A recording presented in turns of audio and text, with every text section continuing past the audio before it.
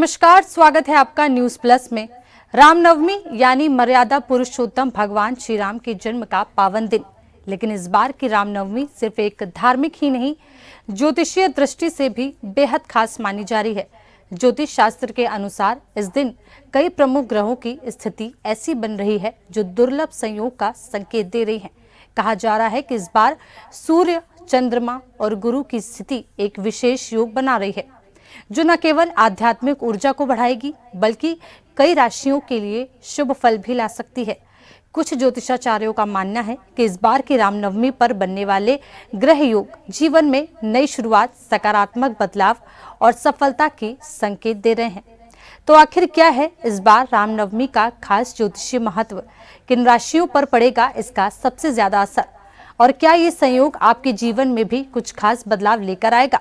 इन्हीं सवालों के साथ जवाब जानने के लिए हमारे साथ ज्योतिषाचार्य पंकज तिवारी जी जुड़ चुके हैं। ज्योतिषाचार्य जी, बहुत बहुत स्वागत है आपका।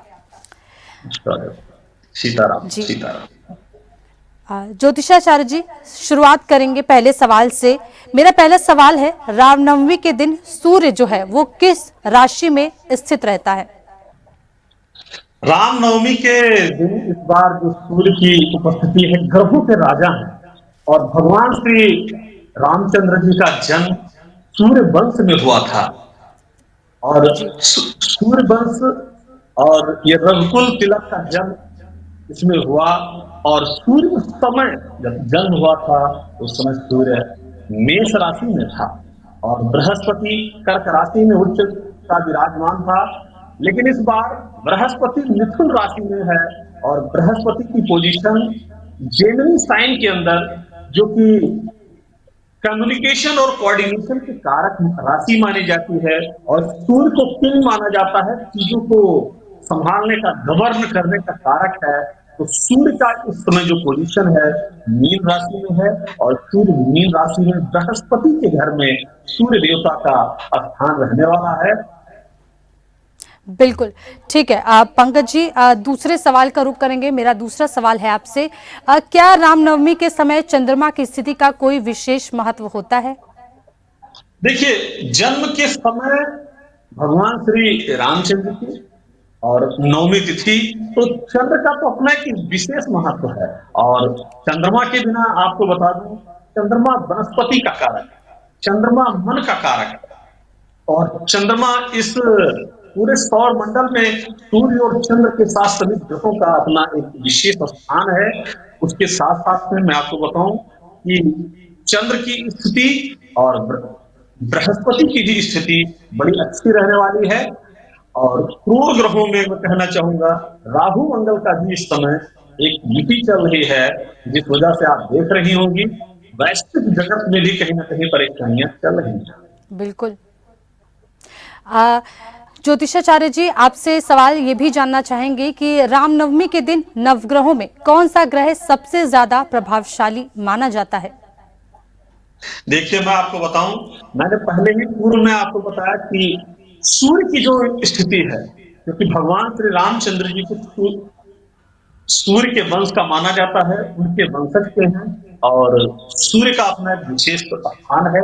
और सूर्य के साथ साथ में मैं आपको बताना चाहूंगा सबसे जरूरी है बृहस्पति, क्योंकि जिस जातक के लग्न में बृहस्पति का अपना एक विशिष्ट योगदान होता है, उसका एक विशेष महात्म्य होता है। बिल्कुल।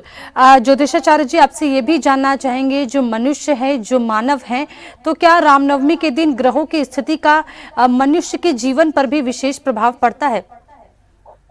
देखिए, रामनवमी हो गई, कृष्ण की जन्माष्टमी हो गई और कहने का मतलब है महाशिवरात्रि हो गई और ये नवरात्रि में चैत्र माह की ये जो शुक्ल पक्ष की नवरात्रि है और इस नवरात्रि के 9 दिन प्रभु श्री राम का जो जन्म होता है, इसका विशेष महत्व होता है। मैं आपको बताऊं, क्योंकि हर व्यक्ति, यदि कोई व्यक्ति नास्तिक स्वभाव का भी है, यदि थोड़े थोड़े भी मंत्र का जाप करता है, उसको बड़ा ही लाभ होता है।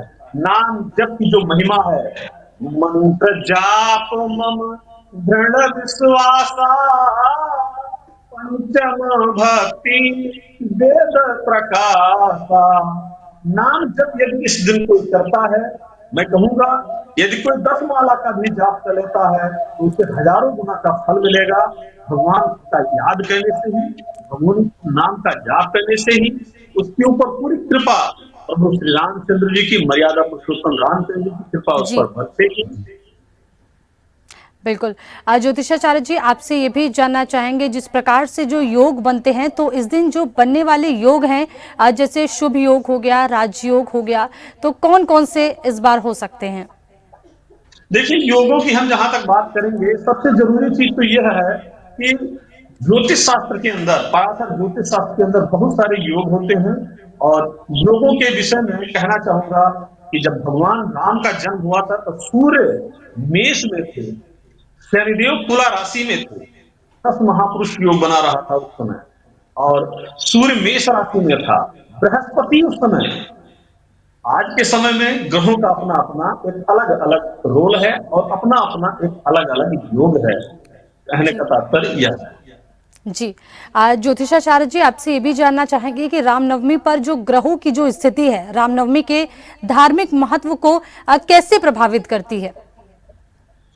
देखिए, रामनवमी का मैं आपको बताना चाहूंगा, मर्यादा पुरुषोत्तम श्री रामचंद्र जी ने, उनका जन्म एक मानव के रूप में हुआ था दशरथ जी के यहाँ। और उन्होंने जी पूरे पूरे मानव समाज को यह एक एजुकेट किया कि कैसे जीवन, कैसे जिंदगी को जीना है। वो चाहते तो रावण को एक ही दिन में एक ही बाण को संधान करके रावण का वध कर सकते थे, लेकिन मनुष्य की तरह से हम लोगों का उद्धार करने के लिए, मानवता को, मानवता के लिए, मानवता का कल्याण करने के लिए मर्यादा पुरुषोत्तम राम ने, जब रामचंद्र जी वन को गए थे तब उनका राम, और लेकिन वन जाने के बाद में मर्यादा पुरुषोत्तम राम कहलाए। उन्होंने जी निषाद राजपूत का सहयोग लिया, भीलमी का सहयोग लिया, बंदरों भालुओं का सहयोग लिया, और जी बिल्कुल। चाहते तो वो लंका को अपने पास कैप्चर कर लेते, लेकिन राम ने लंका या किष्किंधा को अपनी राजधानी नहीं बनाया। जीतने के बाद में अपने मित्रों को भी दान कर दिया। तो ये प्रभावित करती है और ये कहानी बताती है, ये मर्यादा पुरुषोत्तम रामचंद्र जी का आदर्श दर्शाता है कि कैसे जिंदगी को जीना चाहिए। मित्र मित्र के बीच में, पति पत्नी के बीच में, भाई। अयोध्या का राजपाट उन्होंने ऐसे ही अपने पिता के लिए त्याग दिया। जी रघुकुल रीति सदा चल आई, प्राण जाई पर वचन न जाई। अपने वचन, अपने पिता के वचन को निभाने के लिए मर्यादा पुरुषोत्तम राम 14 वर्षों के लिए वन हो गए। बिल्कुल। ज्योतिषाचार्य जी, आपसे ये भी जानना चाहेंगे, ग्रहों के बारे में, ग्रहों की जो पूजा अर्चना होती है उसके बारे में, क्या रामनवमी के दिन किसी विशेष ग्रह की पूजा का भी विधान है? देखिए, रामनवमी के दिन मैं आपको बताना चाहूंगा, कलयुग के देवता बजरंग बली हैं। जी और बजरंग बली की उपासना करने से, और बजरंग बली के सामने बैठ करके, आसन लगा करके भगवान श्री राम के सीताराम नाम का जाप करने से लाख गुना फल प्राप्त होता है। यदि व्यक्ति उस दिन व्रत उपवास करता है और राम नाम जाप करता है और कन्याओं को दान करता है, कन्याओं को वस्त्र इत्यादि दान करता है, तो उसका सैकड़ों गुना फल की उसको प्राप्ति होती है। इस दिन किया गया कोई भी कार्य उसके जीवन में काफी अच्छा और काफी लाभप्रद होता है। बिल्कुल। ज्योतिषाचार्य जी, आपने कार्यों की बात की है तो मेरा अगला सवाल आपसे है, ग्रहों की स्थिति के अनुसार इस दिन कौन कौन से कार्य शुभ माने जाते हैं? देखिए, इस दिन मैं आपको बताना चाहूंगा, पीले रंग की चीजों को खरीद सकते हैं, वस्त्र इत्यादि। और गोल्ड वगैरह में भी अगर किसी की रुचि है तो गोल्ड वगैरह भी परचेज करते हैं, तो इससे काफी उन्हें लाभ प्राप्त होगा। और भूमि का पूजन कर सकते हैं, कोई घर का जी निर्माण कर सकते हैं, मतलब कोई भी शुभ कार्य उस दिन, सारे कार्य मांगलिक माने जाते हैं रामनवमी के दिन। बिल्कुल। ज्योतिषाचार्य जी, जानना चाहेंगे कि रामनवमी के दिन ग्रह दोषों के निवारण के लिए कोई विशेष उपाय किए जाते हैं, जैसे साढ़े साती हो गई या जो भी ग्रह दोष होते हैं उनके निवारण के लिए? देखिए, इस समय शनिदेव की साढ़े साती चल रही है और साढ़े साती इस समय शनिदेव मीन में चल रहे हैं। पाइसेस साइन में सैटर्न का ट्रांजिट है, तो इस ट्रांजिट के अनुसार मैं आपको बताना चाहूंगा कि मीन में साढ़े साती चल रही है और मेष राशि में भी साढ़े साती का प्रारंभ हो चुका है। तो मेष राशि में साढ़े साती का प्रारंभ मार्च महीने में 29 मार्च 2025 को, मतलब इसी माह में पिछले साल प्रारंभ हुई थी, जिसमें से 1 साल बीत चुका है और अभी 18 महीने रहना बाकी है। तो इसके अनुसार कहना चाहूंगा कि साढ़े साती के लिए ओम सम संवत्सराय नमः मंत्र का पाठ करें जी, और हनुमान चालीसा का भी पाठ करने से काफी अच्छा लाभ प्राप्त होगा।